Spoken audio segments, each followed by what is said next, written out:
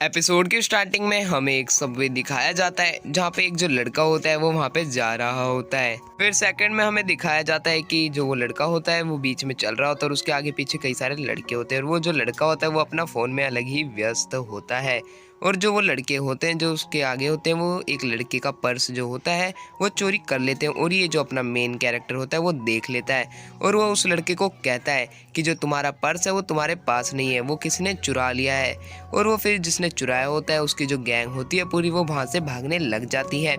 पर जो हमारा जो मेन कैरेक्टर होता है वो उनके आगे आ जाता है और उनको उसका पर्स लौटाने के लिए कहता है, जिस पे वो जो थीफ गैंग का जो लीडर होता है वो उसे गुस्से से देख रहा होता है। पर वहीं पे वो लड़का आ जाता है और उससे पर्स लेके चिल्लाने लग जाता है, चोर चोर। ये देख के वो जो लड़के होते हैं वो वहाँ से भाग जाते हैं और वो जिसका पर्स चोरी हुआ होता है वो मेन कैरेक्टर को थैंक्स कहता है। उसके बाद मेन कैरेक्टर जा रहा होता है और उतने में वहीं पे जो लाइट होती है वो फ्लिकर करने लग जाती है और एक आवाज़ आती है, अप्रैल 1 2014 और हमने एक अच्छे लड़के को ढूंढ लिया है अपनी गेम के लिए। ये जो गेम होती है वो अब स्टार्ट होती है। फिर वो उस लड़के का फ़ोन को दिखाया जाता है जो कि उसके अंदर कोई गेम जो होती है वो लोड हो रही होती है और वहीं पे सेकंड व्यू में हमें दिखाया जाता है उसका फ़ोन जो होता है वो उसके हाथ से उड़ गया होता है। फिर हमें पता चलता है वो जो थीफ गैंग होती है वो उस लड़के को मार रही होती है और वो उसे इतना बुरा मारती है, इतना बुरा मारती है कि उसके मुंह से खून निकलने लग जाता है और उतने में ही जो उसकी खून की जो एक बूंद होती है वो उसके फ़ोन पे गिर जाती है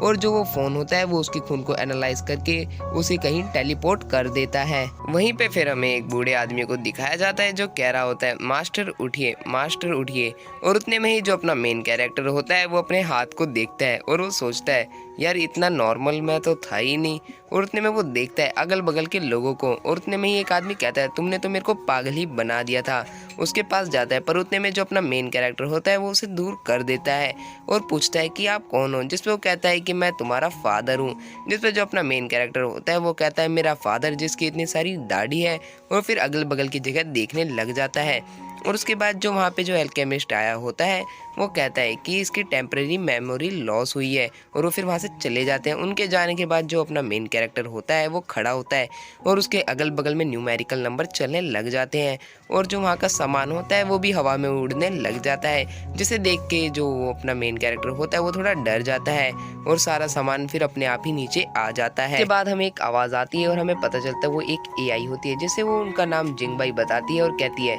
कि मैं ही अब से आपको गाइड करूँगी। और उसी के बाद हम देखते हैं उसी जिंगबाई की क्लैन को और वहीं पे हमें फिर वही बूढ़ा आदमी दिखाया जाता है और फिर हमें पता चलता है जो वो बूढ़ा आदमी होता है वो उनका सर्वेंट और मैनेजर होता है जो कि उनके पास फाइनेंशियल रिकॉर्ड लेके आया होता है। वो फिर जो उसके फादर है उनके कान में कुछ कहता है, जिसके ऊपर जो जिंगबाई के जो फादर होते हैं वो बहुत गुस्सा हो जाते हैं और वो कहीं जाने लग जाते हैं। फिर हमें पता चलता है सांगवान फैमिली के जो पैट्रिक है वो आए हुए होते हैं। उतने में ही जो सर्वेंट होता है वो कहता है कि आप लिविंग रूम में वेट कीजिए, मैं जो अपने जो यंग मास्टर हैं उनको बुला के लेके आऊँगा। फिर हमें वहीं पे जिंगबाई को दिखाया जाता है जो कि अपने लाइफ के पूरे मज़े ले रहा होता है और उतने में ही हमें एक आवाज़ आती है और जो जिंगबाई होता है वो डर जाता है और वो कहता है कि तुम मुझे इतना मत डराया करो। फिर हमें पता चलता है वो एक एआई होती है और जो अपना जो जिंगबाई होता है वो सारे सर्वेंट्स को बाहर भेज देता है और जो वहाँ के सारे सर्वेंट्स होते हैं वो बाहर चले जाते हैं। एआई बताती है ये एंगर पॉइंट है, अगर आपसे जो भी कोई गुस्सा होगा उसके जो एंगर पॉइंट है वहाँ पे कलेक्ट हो जाएंगे। उतने में जिंगबाई देखता है ये तो ढेर सारे एंगर पॉइंट है,